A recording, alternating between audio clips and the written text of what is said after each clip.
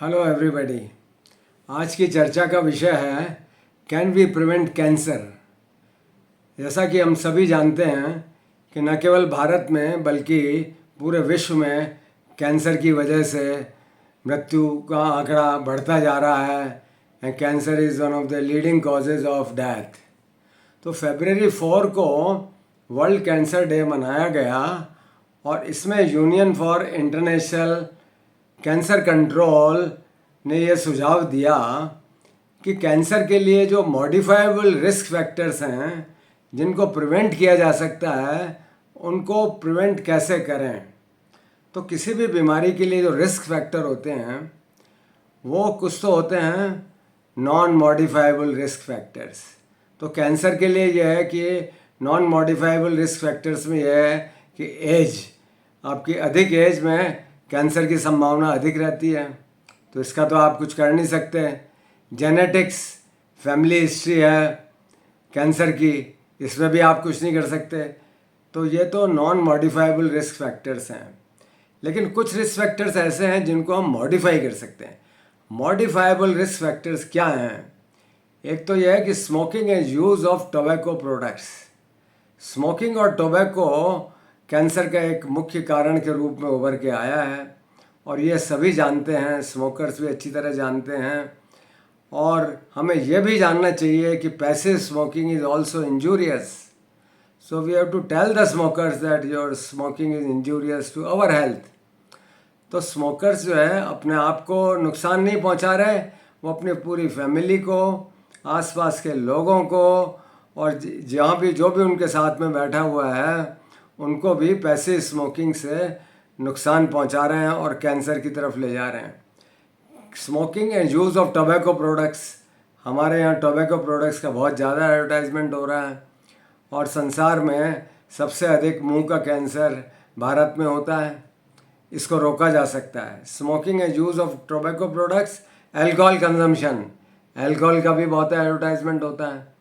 तो alcohol consumption भी एक मुख्य कारण है जो आपकी लिवर को नुकसान पहुंचाता है, लिवर का कैंसर पैदा करता है।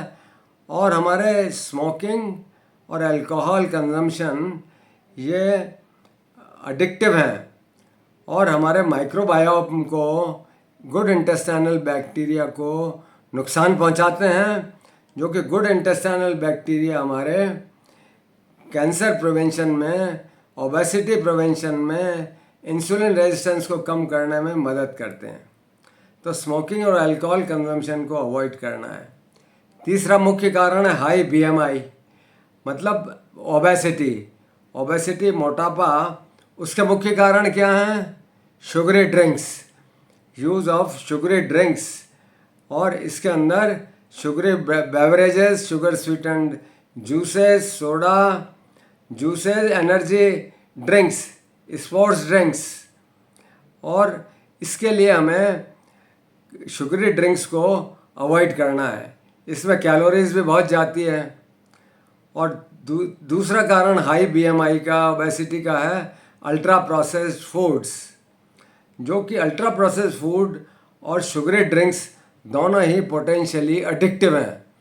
इनके अंदर ऐसे केमिकल्स मिलाए जाते हैं कि हमारा ब्रेन उनके लिए क्रेव करता है, एडिक्शन करता है।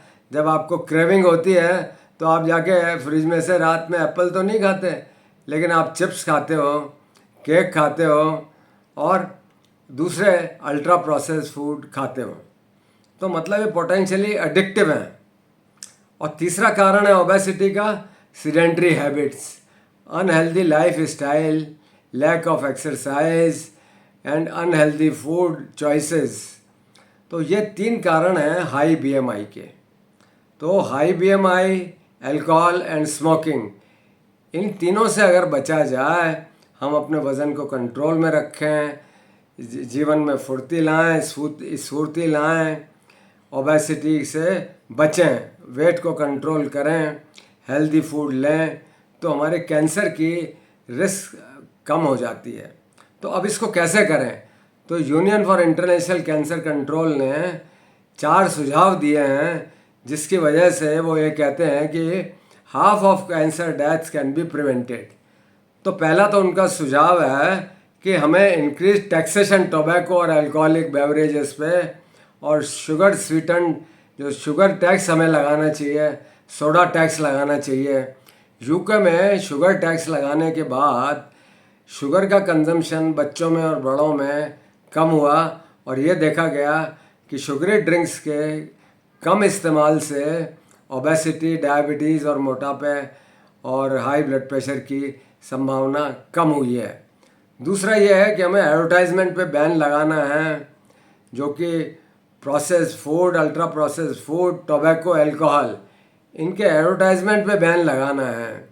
और तीसरा, इनके जो शुगरी ड्रिंक्स हैं और जो बेवरेजेस हैं और प्रोसेस मीट हैं, जो अल्कोहलिक बेवरेजेस हैं जो कि शरीर को नुकसान पहुंचाते हैं, इन पे जैसे हमने स्मोकिंग के लिए बैन लगाया, स्मोकिंग इंजूरियस टू हेल्थ, इसी तरह इनके ऊपर भी लेबल लगाना चाहिए।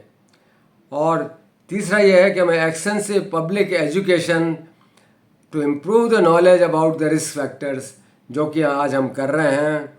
तो कैंसर की संभावनाओं को हम जानें, स्मोकिंग, टोबैको से बचें, अल्कोहलिक बेवरेजेस, शुगरी ड्रिंक से बचें, अल्ट्रा प्रोसेस फूड से बचें, सेडेंट्री लाइफ स्टाइल को अवॉइड करें, हेल्दी लाइफ स्टाइल, एक्सरसाइज और हेल्दी फूड को अपनाएं।